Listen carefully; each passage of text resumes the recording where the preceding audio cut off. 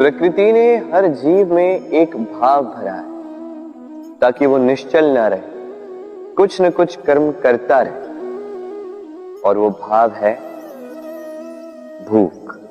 संसार में हर जीव, हर पशु पक्षी प्राणी परिश्रम करता रहता है अपनी इस भूख को मिटाने के लिए। परंतु क्या अन्य जीवों की भांति मनुष्य की भूख भी पेट तक ही सीमित रहती? तन की भूख मिटाते मिटाते कब ये भूख मन और माया की तृष्णा में बदल जाती है पता ही नहीं चलता। और अधिकतर ये तृष्णा धन संग्रहित करने तक ही रह जाती। अपना जीवन जीना छोड़कर किसके लिए ये धन संग्रहित कर रहे हैं? आने वाली पीढ़ी के लिए। बड़ी विचित्र बात। अपना जीवन जीना छोड़कर धन संग्रहित करते करते अपने जीवन का सुख भी मिटा रहे हैं और आने वाली पीढ़ी को कर्म करने से भी बाधित कर। पूत कपूत तो क्यों धन संचय, पूत सपूत तो क्यों धन संचय। अपनी संतान को संस्कार दीजिए, धन नहीं। यदि संतान संस्कारी हो तो अपना स्वयं का एक संसार बना ली। यदि असंस्कारी हो तो आपका बना बनाया संसार यूं ही नष्ट कर दे। इसलिए जीवन में यदि कुछ संचय करना है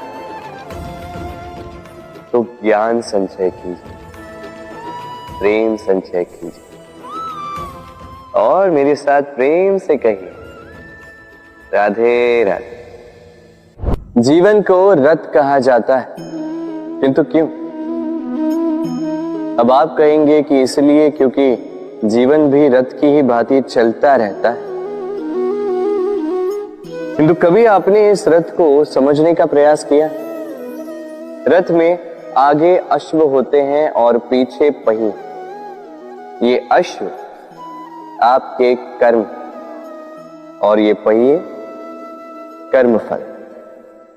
ये अश्व जहां जाते हैं ये पहिए उसी के पीछे पीछे आते हैं।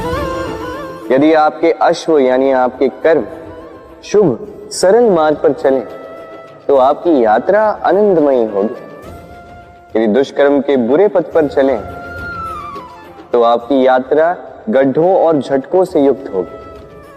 अब चयन आपका है, आप क्या चाहते हैं? आपकी यात्रा आनंदमयी हो या पीड़ादायी? अपने कर्मों के अश्वों को नियंत्रण में रखें। फल का पहिया सदैव आपको मधुर रास ही देगा। राधे राधे।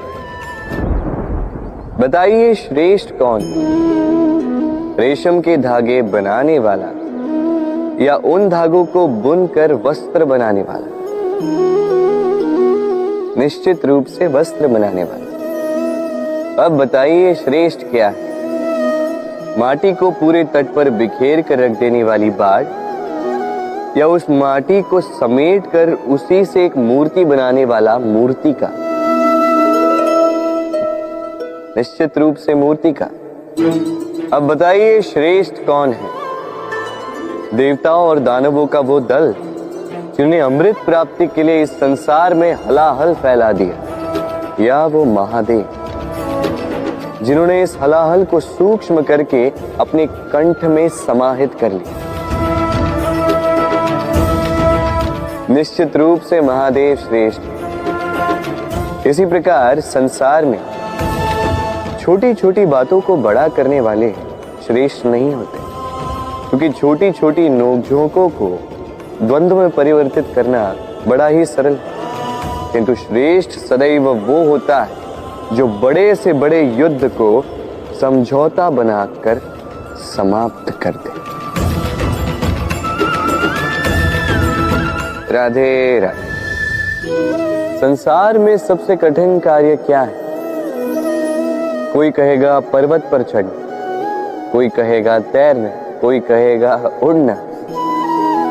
किंतु क्या ये वास्तव में कठिन है? असल में देखा जाए तो बस ये थोड़े भिन्न है। जो कर्म हमारे लिए करना थोड़े भिन्न हो हम उसे कठिन समझ लेते, जैसे तैरने की कला भिन्न है।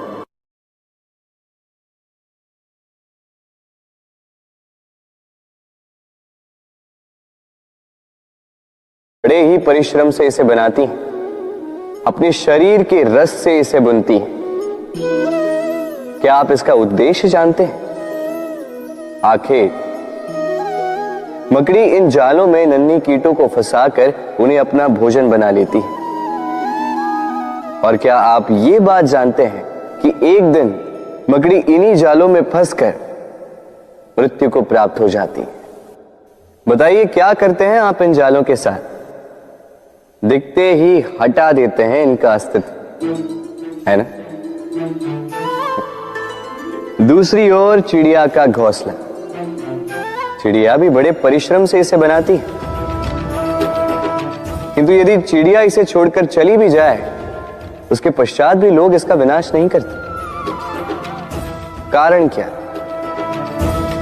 कारण यह है कि इसका निर्माण जीवन के संचयन के लिए किया गया था, आखेट के लिए नहीं। स्मरण रखिएगा, जीवन में आपका परिश्रम कितना भी अधिक हो, यदि आपका लक्ष्य शुभ ना हो तो आपको भी विनाश पाना ही होगा। तो सृजन करते रहिए और मगन होकर कहिए राधे राधे।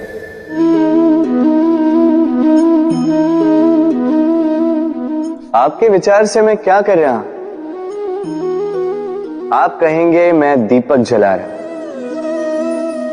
सही, किंतु प्रश्न ये उठता है कि क्या मैंने आपसे कहा कि ये दीपक है? नहीं। क्या इस दीपक ने स्वयं अपना परिचय आपको दिया? नहीं। फिर आपने कैसे जाना कि ये दीपक है? उत्तर है प्रकाश, जो स्वयं जलकर अंधकार में संसार को राह दिखाए, वो दीपक है। जो निराशा में आशा की ज्योत दिखाए, वो दीपक है।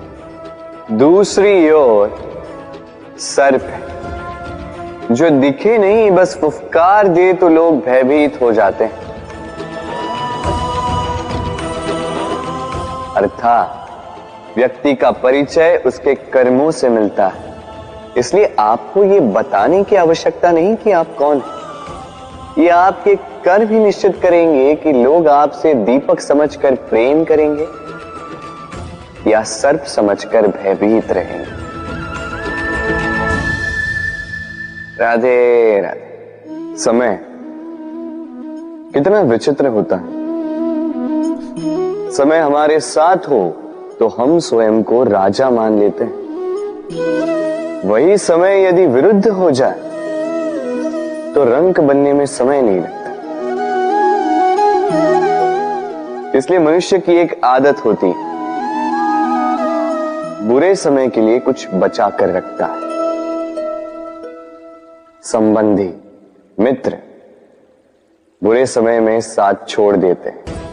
यश, मान बुरे समय में चला जाता है। तो व्यक्ति सोचता है क्यों ना धन संचय कर। धन का तो कोई मन नहीं होता जो समय आने पर बदल जाए। संसार कहता है कि धन का संचयन करते रहो, बुरे समय में काम आएगा ही। मैं कहता हूं शुभ कर्म करते रहो, आनंदित रहो, स्वयं पर और ईश्वर पर विश्वास रखो, बुरा समय कभी आएगा ही नहीं। राधे राधे।